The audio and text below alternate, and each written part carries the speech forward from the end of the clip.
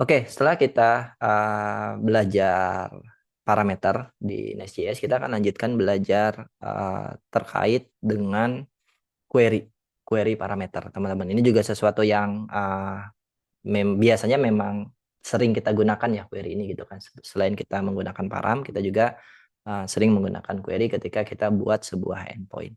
Nah, pertanyaannya gimana cara kita membuat sebuah query param di Nest.js?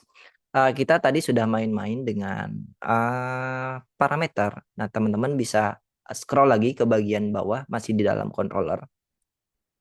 Teman-teman bisa masuk ke bagian query parameter, gitu. Secara teori, ini sebenarnya mirip, technically mirip ya ketika teman-teman dengan menggunakan param. Cuma bedanya di sini, dekorator yang kita gunakan adalah query.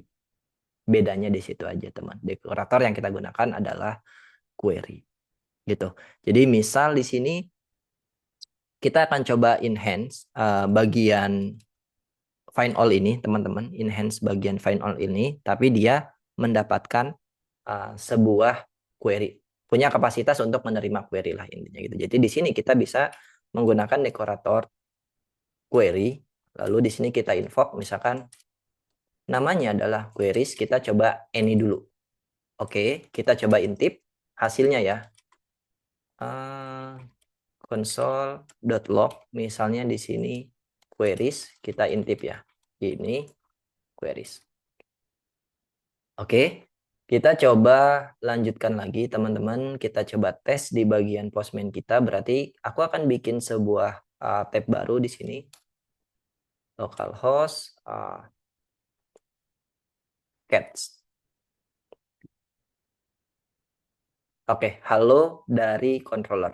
Ini masih ada, masih aman, berarti tidak ada error. Sekarang kita akan lihat di bagian console log-nya. Di sini kita mendapati sebuah objek kosong. Kita mendapati sebuah objek kosong. Kenapa? Karena dari kliennya tidak mengirimkan query apapun. Tidak mengirimkan query apapun. Kalau teman-teman mau mengirimkan query, teman-teman bisa tulis misalkan di sini page 1 misalkan. Lalu di sini limitnya misalkan 10. Anggap kita mau buat sebuah pagination. Oke, kita send lagi, masih tidak ada error. Sekarang kita bisa lihat di bagian console log-nya. Sekarang controller kita sudah bisa mendapatkan datanya. Page-nya 1, limitnya 10. Gitu.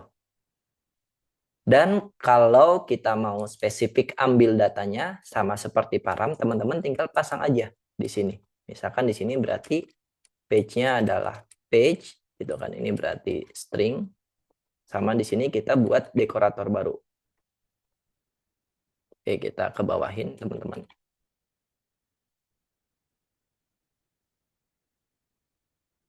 Query di sini berarti limit.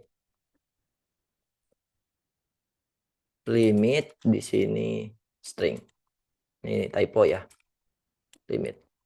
Oke, berarti di sini kita coba lihat page dan limit. Oke, kita akan lihat. Kita hit lagi. Kita akan lihat hasilnya di sini. Page-nya 1, limitnya 10. Gitu. Jadi di sini kita sudah bisa passing dia ke klien lagi ya, teman-teman di sini apapun. Oke, berarti di sini page-nya adalah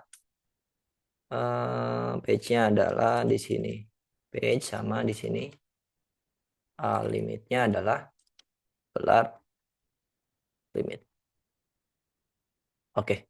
Kalau kita lihat di sini kita hit, kita dapat page-nya 1, limitnya 10. Kalau aku ganti di sini limitnya 100, maka limitnya 100. Page-nya 2 di sini keganti juga. Ini cara kita main-main dengan query param di Nest.js. Jadi secara prinsip mirip dengan parameter ya. Semuanya based on dekorator gitu. Cuma dekorator yang kita gunakan adalah query, bukan param. Ada pertanyaan sampai sini? Silahkan. Nggak ada sih, udah cukup jelas. Sebenarnya kata Kang Ajat ini mirip sama yang paham sih. Oke. Sip. Kalau begitu, kita akan lanjutkan bagian lainnya di video berikutnya.